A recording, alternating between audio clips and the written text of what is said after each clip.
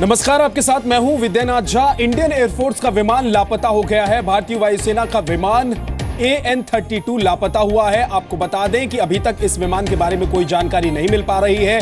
Air force का विमान AN-32 missing है। 6 क्रू मेंबर समेत 29 लोग इसमें सवार थे। सुबह 8:30 बजे चेन्नई से पोर्ट ब्लेयर के लिए इसको रवाना हुआ था विमान। उड़ने के कुछ देर के बाद ये पहुंच से बाहर हो गया।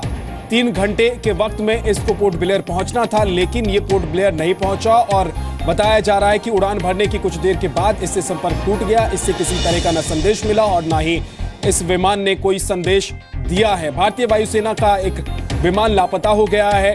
वायुसेना का ये AN-32 प्लेन लापता हुआ है। बताया जा रहा है कि इसमें 6 क्रू मेंबर समेत 29 लोग सवार थे और चेन्नई से ये पोर्ट ब्लेयर के लिए उड़ान भरा था इस विमान ने। और विमान ने उड़ान भरा, उसके कुछ देर के बाद इसका संपर्क टूट गया। लापता विमान को ढूंढने के लिए नेवी ने सर्च ऑपरेशन शुरू कर दिया है। विमान ने सुबह 8:30 बजे उड़ान भरी थी और इसे पोर्ट ब्लेयर दोपहर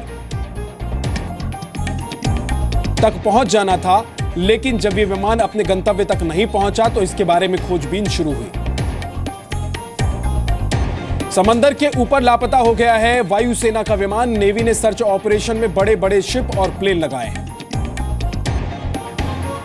हमारे साथ नौसेना के कैप्टन DK शर्मा हैं।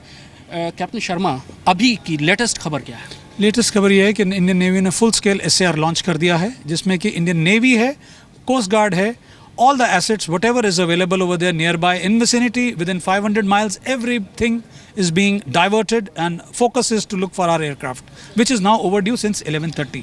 ये इसमें मैं आपको बता दूं, एक PATI पोर्ट ब्लेयर से गया है, एक PATI जो ऑलरेडी किसी और मिशन पे था उसको डाइवर्ट कर दिया है आर्कोनम से, एक आर्कोनम से डॉनियर है, एक चेन्नई से कोस्ट गार्ड का डॉनियर है, एक डॉनियर हमारा पोर्ट ब्लेयर से है। 4 शिप्स हमारे बे ऑफ बंगाल में थे, उनको बोला गया है फुल स्पीड रश करने के लिए to the last known position and more assets. और एसेट्स, एक कोस्ट गार्ड का CJ सागर है चेन्नई से जो लॉन्च जो वहाँ से भेज दिया गया है, और भी एसेट्स रेडी हो रहे हैं and we are sure that we will find out. बहुत बड़ा इलाका होगा, फिर भी PATI एक ऐसा रिकॉनेसेंस एयरक्राफ्ट है जिसकी बहुत लंबी रेंज है और बहुत जल्दी वो चीज़ों को लोकेट करता है। डॉर्नियर्स हैं, बड़े शिप्स हैं। कुल कितने इलाके में SAR लॉन्च किया गया, अभी कुछ अंदाज़ा है? कृष्ण मोहन जी, हमारे पास इतनी कैपेबिलिटी है कि हम पूरा का पूरा बे ऑफ बंगाल इस वक्त from Chennai to this place we have the capability and we will make sure that not a single area और a single speck goes unnoticed. यह बहुत बड़ी खबर है। AN-32 एयरक्राफ्ट जो कि एयरफोर्स का, भारतीय वायुसेना का वर्क हॉर्स कहलाता है, भारतीय वायुसेना की रीढ़ की हड्डी है। ज़्यादातर जगहों पर वो ऑपरेट करता है। इसका ट्रैक रिकॉर्ड बहुत अच्छा है। बहुत कम एक्सीडेंट्स इसके देखने को मिले हैं। लेकिन अभी फ़िलहाल की जो खबर यह है कि ये मिसिंग है। 11:30 बजे पोर्ट ब्लेयर पर पहुँचना था, वहाँ नहीं पहुँच पाया है और इस समय नौसेना की पूरी ताकत, कोस्ट गार्ड की पूरी ताकत लगी हुई है उसको ढूंढने में। कैमरामैन दीपेंदु दे के साथ कृष्ण मोहन मिश्रा, जी मीडिया, दिल्ली।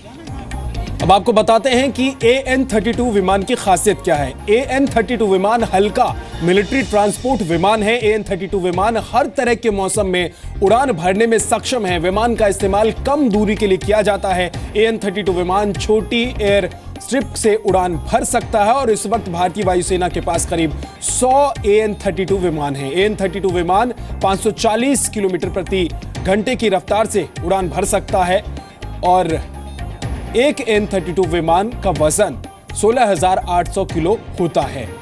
AN-32 विमान एक बार में 2500 किलोमीटर तक उड़ान भरने में सक्षम है, तो ये इसकी खासियत है। लेकिन यही विमान आज सुबह 8:30 बजे अपने गंतव्य के लिए निकला था पोर्ट ब्लेयर। इसे जाना था, पहुंचना था, 3 घंटे का वक्त था इसके पास, लेकिन अचानक उड़ान भरने के कुछ ही वक्त के बाद इससे संपर्क टूट गया और उसके बाद इससे संपर्क साधना अभी तक संभव नहीं हो पाया है। बताया जा रहा है कि ये लापता है। लापता विमान की तलाश अभी भी जारी है। नौसेना ने लापता AN-32 विमान का तलाशी अभियान शुरू कर दिया है। एक P-8I एयरक्राफ्ट और एक डॉनियर एयरक्राफ्ट इस तलाशी अभियान में लगाया गया है। अभियान में लगाए गए 4 जंगी जहाज भी AN-32 की तलाश में लगातार लगे हुए हैं, लेकिन अभी तक कोई संदेश इसके बारे में नहीं मिला है। 30 से लैंड करना था, तब से लैंड नहीं किया और टोटल 29 लोग थे इंक्लूडिंग एयर क्रू जो जहाज में थे। और अभी एयरफोर्स ने अपना C-130 और AN-32 एयरक्राफ्ट के साथ रेस्क्यू ऑपरेशन लॉन्च किया। इंडियन नेवी और कोस्ट गार्ड का भी साथ मिल रहा है हमें, और जैसी और कोई सूचना मिले हम आपको बताएंगे। कितनी लापता विमान की तलाश जारी है।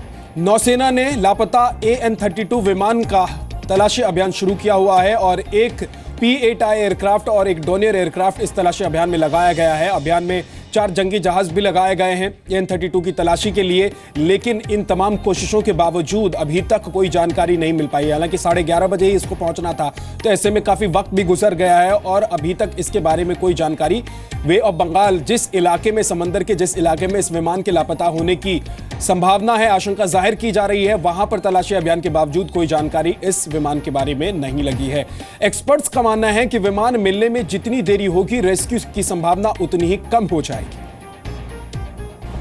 देखिए, ऐसा होता है जब तक जहाज का आपको आखिरी वस्तु स्थिति नहीं पता चले तब तक आप कुछ भी कहने की स्थिति में नहीं होते, क्योंकि कई बार वो कहीं इमरजेंसी लैंडिंग कर ले, उसके कम्युनिकेशन इक्विपमेंट फेल हो जाए, नेविगेशन में कुछ प्रॉब्लम हो जाए, तो ऐसा भी है कि कुछ समय बाद उनकी लोकेशन पता भी चल जाती है। पर क्योंकि वो समुद्र में उड़ रहा था, उधर पोर्ट ब्लेयर को जा रहा था, तो टेक ऑफ के एकदम बाद पूरा मार्ग ही समुद्री मार्ग है।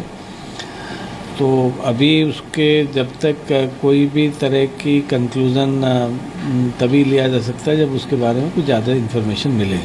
पर हमें, जैसे मैंने कहा, जैसे जैसे देर होती है उसके सकुशल होने की संभावना क्षीण होती चली जाती है। देखिए, ऐसा है, 1300 किलोमीटर का लंबा रास्ता है।